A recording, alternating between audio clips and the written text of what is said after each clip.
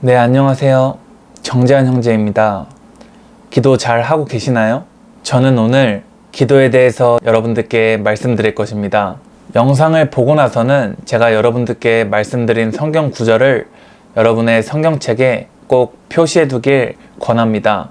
그리고 혹시나 기도하는 법 영상들을 시청하지 않으셨다면 그 영상들을 모두 시청하신 뒤 이 영상을 시청하시길 권합니다. 모든 영상을 시청하셨다면 여러분은 이제 마가복음 11장 25절 말씀, 서서 기도할 때 아무에게나 혐의가 있거든 용서하라 라는 예수님의 말씀에 따라 기도의 첫 번째 순서인 용서를 하셨을 것입니다. 만약 여러분이 지금 누군가를 용서하지 않았다면 여러분은 기도가 우선이 아닙니다. 여러분은 하나님 말씀을 묵상하여 여러분 자신의 마음을 새롭게 하는 게 우선입니다. 그리고 여러분이 누군가를 용서하셨고 지금 마음에 쓴뿌리가 없다면 여러분이 기도하실 때 마가복음 11장 24절 말씀, 무엇이든지 기도하고 구하는 것은 받은 줄로 믿어라. 그래야면 너에게 그대로 되리라. 이 말씀을 붙잡고 여러분은 받은 줄로 믿을 것입니다. 그럼 제가 여러분들께 질문하겠습니다.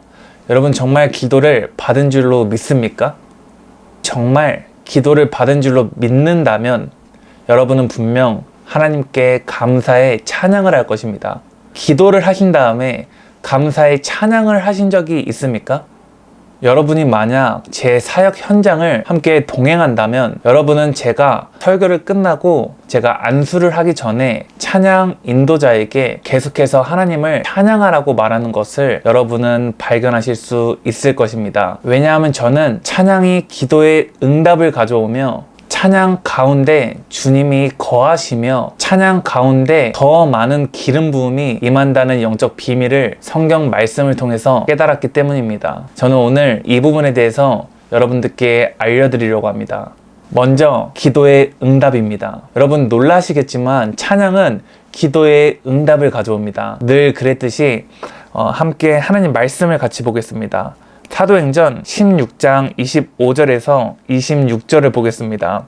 한밤중에 바울과 실라가 기도하고 하나님을 찬송하며 죄수들이 듣더라. 이에 갑자기 큰 지진이 나서 옥터가 움직이고 문이 곧 다 열리며 모든 사람의 메인 것이 다 벗어진지라.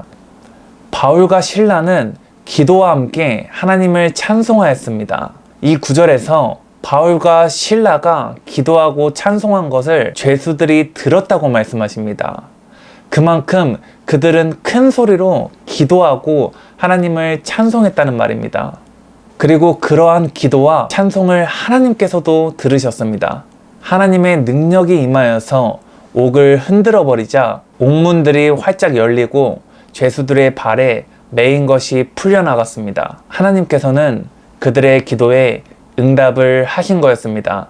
그런데 하나님께서 기도에 응답을 하셨을 때는 바울과 실라가 기도하고 있었던 중이 아니었습니다. 기도에 응답이 왔을 때는 바울과 실라가 하나님께 기도를 마치고 하나님께 찬송을 올려드릴 때였던 것이었습니다. 하나님을 향한 찬송은 기도에 응답을 가져오는 힘이 있습니다. 제가 이렇게 말씀드리면 재한 형제님 뭔가 좀 부족한 것 같아요 라고 질문하실 수 있습니다. 맞습니다. 성경에서는 하나님께서 두세 증인의 입으로 말마다 확정한다고 말씀하셨습니다. 제가 그래서 여러분들께 다른 구절을 말씀드리겠습니다. 함께 역대하 20장 16절을 보겠습니다. 구약입니다. 하나님께서는 내일 너희는 그들에게로 내려가라. 그들이 시스고개로 올라올 때에 너희가 골짜기 어기 여루엘들 앞에서 그들을 만나려니와 다음 구절 17절입니다. 이 전쟁에는 너희가 싸울 것이 없나니 대열을 이루고 서서 너희와 함께한 여호와가 구원하는 것을 보라. 유다와 예루살렘아 너희는 두려워하지 말며 놀라지 말고 내일 그들을 맞서 나가라. 여호와가 너희와 함께하리라. 이 전쟁은 이스라엘의 전쟁에 속하지 않았습니다. 하나님의 전쟁에 속하였습니다. 그러나 그럼에도 불구하고 백성들은 해야 할 역할들이 있었습니다. 그들은 그저 가만히 있지 않았습니다. 그들은 하나님을 찬송하였습니다. 함께 19절을 읽겠습니다. 그앗 자손과 고라 자손에게 속한 레위 사람들은 서서 심히 큰 소리로 이스라엘 하나님 여호와를 찬송하니라. 이어서 22절을 보겠습니다. 그 노래와 찬송이 시작할 때 여호와께서 복병을 두어 유다를 치러 온 암몬 자손과 모압과 세일산 주민들을 치게 하심으로 그들이 패하였으니 그들의 기도의 응답은 그들이 하나님을 찬송할 때 왔습니다. 이로써 하나님은 두세 증인의 입으로 확정하셨습니다. 기도의 응답에서 하나님을 찬송하는 자리가 반드시 필요하다는 것을요.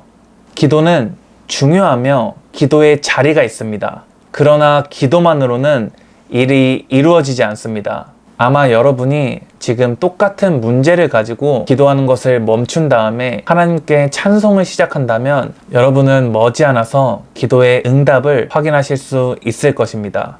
또 찬양은 기도의 응답뿐만 아니라 주님의 임재와도 관련이 있습니다. 함께 시편 22장 3절을 보겠습니다. 이스라엘의 찬송 중에 계시는 주여, 주는 거룩하시니이다. 이 말씀을 통해서 저희가 알 수 있는 것은 하나님께서는 그분의 백성들의 찬송 가운데 임하신다는 것입니다. 또 함께 역대하 5장 13절과 14절 말씀을 읽겠습니다.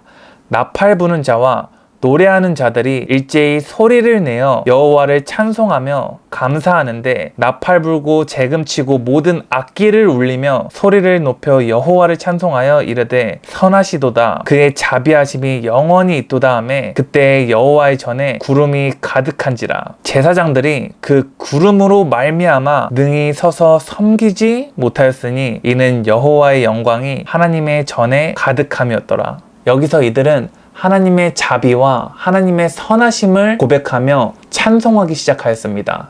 그리고 그때 하나님의 영광이 하나님의 성전에 임하여서 제사장들이 능히 서서 섬기지 못하였습니다. 만일 그들이 하나님을 찬송하지 않았다면 하나님께서는 그곳에 거하시지 않았을 것입니다. 잊지 마세요. 하나님께서는 저희와 함께 거하실 때는 기도하는 순간이 아닙니다. 하나님께서는 저희가 그분을 찬송할 때 저희와 함께 거하십니다. 저는 이것을 깨달았기 때문에 항상 사역장에서 제가 찬양 인도자에게 계속해서 주님을 찬양하고 경배하고 섬기라고 제가 말을 합니다. 이뿐만 아닙니다. 찬양에는 또 영적인 비밀이 있습니다. 바로 기름 부음과 관계가 있습니다. 이것은 성경적입니다. 여러분도 아시다시피 다윗이 하포를 연주할 때 사울의 임한 악한 영이 떠나갔습니다. 악한 영이 사울을 떠나간 것은 다윗이 하포를 통해서 주님을 찬송할 때 그곳에 기름 부음이 임하였기 때문입니다. 실제로 저는 기름 부음 아래에서 사역을 하면서 다양한 영적 경험을 해봤지만 그 중에서 가장 강한 기름 부음 아래에서 사역했던 것은 찬양 가운데에서 벌어진 일이었습니다. 이렇게 찬양은 기도의 응답뿐만 아니라 주님의 임재와도 관련 있고 또 기름 부음과도 연관이 있습니다. 여러분이 주님의 임재를 원하십니까? 여러분 찬양하십시오. 여러분 기도의 응답을 받고 싶습니까? 주님을 찬양하십시오. 여러분이 온 마음을 다해서 주님을 찬양하실 때 주님은 여러분이 찬양하는 그 가운데에서 거하실 것이고 또 여러분은 머지않아서 기도의 응답도 확인하실 수 있을 것입니다.